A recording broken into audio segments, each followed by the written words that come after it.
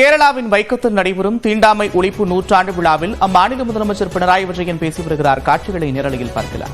Polit ബ്യൂറോയിലെ 9 പേരിൽ ഒരാളായിരുന്നു. അദ്ദേഹത്തിൻ്റെ മിശ്രവിവാഹത്തിന് അധ്യക്ഷത വഹിച്ചത് പെരിയാറായിരുന്നു. അത്ര അടുപ്പമായിരുന്നു പെരിയാറും തമിഴ്നാട്ടിലെ കമ്മ്യൂണിസ്റ്റ് പാർട്ടി നേതാക്കളും തമ്മിലുണ്ടായിരുന്നു.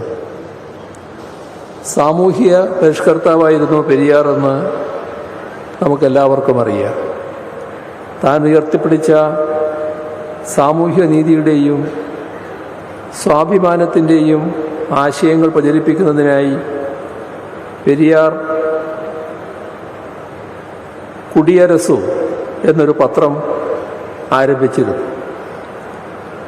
സഖാവ് ശിങ്കാരവേലു അതിൽ സ്ഥിരമായി എഴുതുമായിരുന്നു.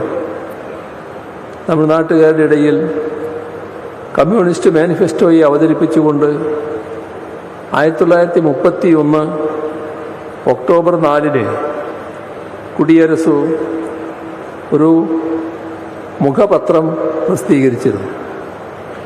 ആ മുഖപത്രത്തിൽ രേഖപ്പെടുത്തിയത് ഉദ്ധരിക്കട്ടെ: സോഷ്യലിസം ആദ്യമായി പ്രാബല്യത്തിൽ വന്നത് റഷ്യയിലാണ്.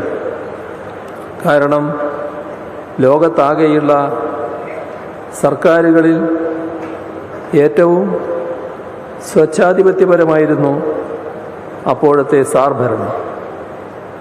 ആ യുക്തിക്കനുസരിച്ച് റഷ്യയിലല്ല, മറിച്ച് ഇന്ത്യയിലായിരുന്നു സോഷ്യലിസം പ്രാബല്യത്തിൽ വരേണ്ടിയിരുന്നത്.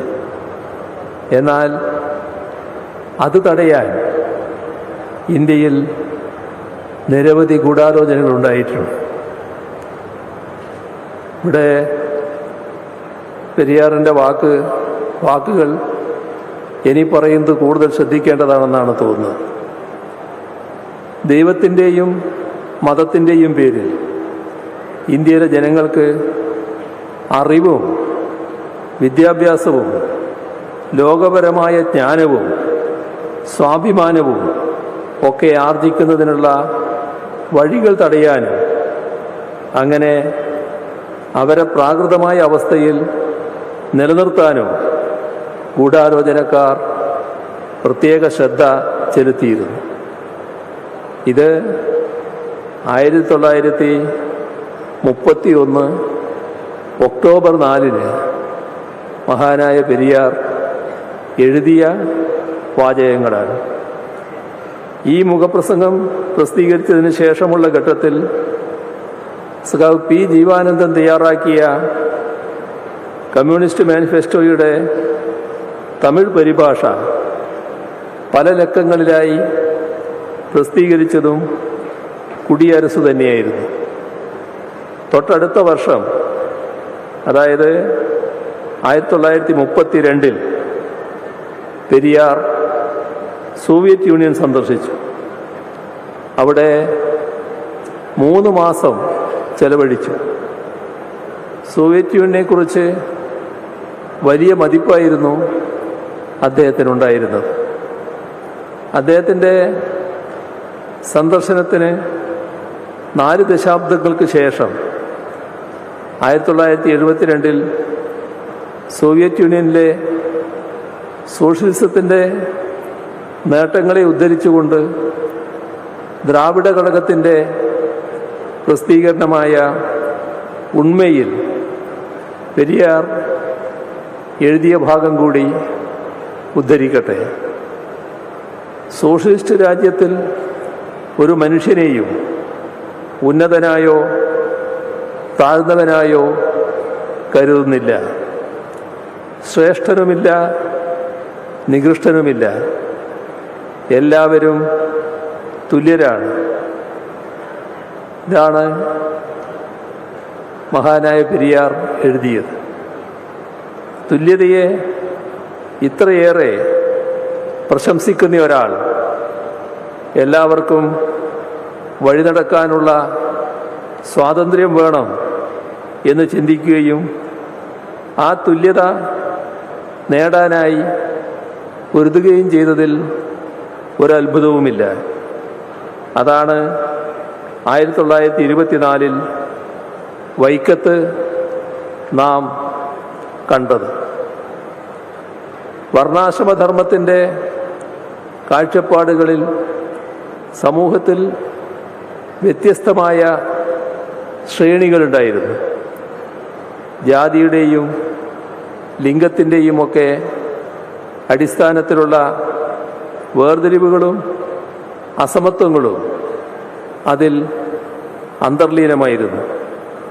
അതുകൊണ്ട് തന്നെ ആർക്കെല്ലാമാണ് ആരാധനാലയങ്ങളിൽ പ്രവേശിക്കാവുന്നത് എന്നും ആർക്കെല്ലാമാണ് വഴി നടക്കാൻ സ്വാതന്ത്ര്യം ഉണ്ടാവേണ്ടതെന്നും ഒക്കെയുള്ള വ്യവസ്ഥകൾ അതിൻ്റെ ഭാഗമായി ഉണ്ടായിരുന്നു. അത്തരം വ്യവസ്ഥകൾക്ക് എതിരായുള്ള സമരമായാണ് വൈക്കം സത്യാഗ്രഹത്തെ കാണാൻ കഴിയുന്നത്.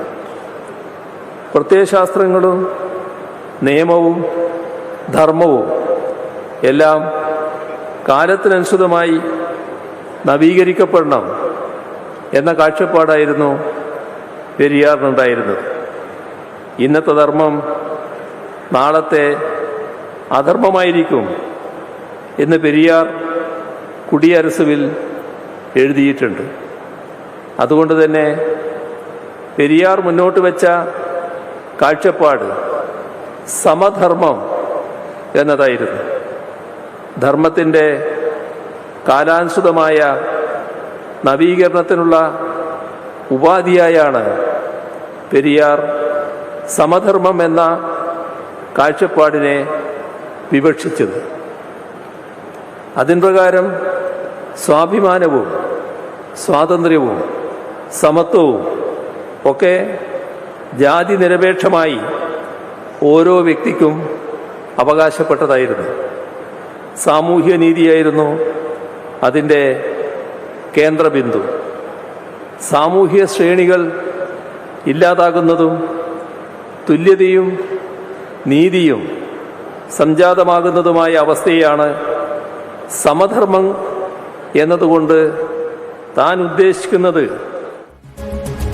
வைக்கம் போராட்டத்தின் 100 ஆண்டு நிறைவு விழாவில் கேரள முதலமைச்சர் பினராயி விஜயன் பேசிய காட்சிகளை பார்த்தோம்.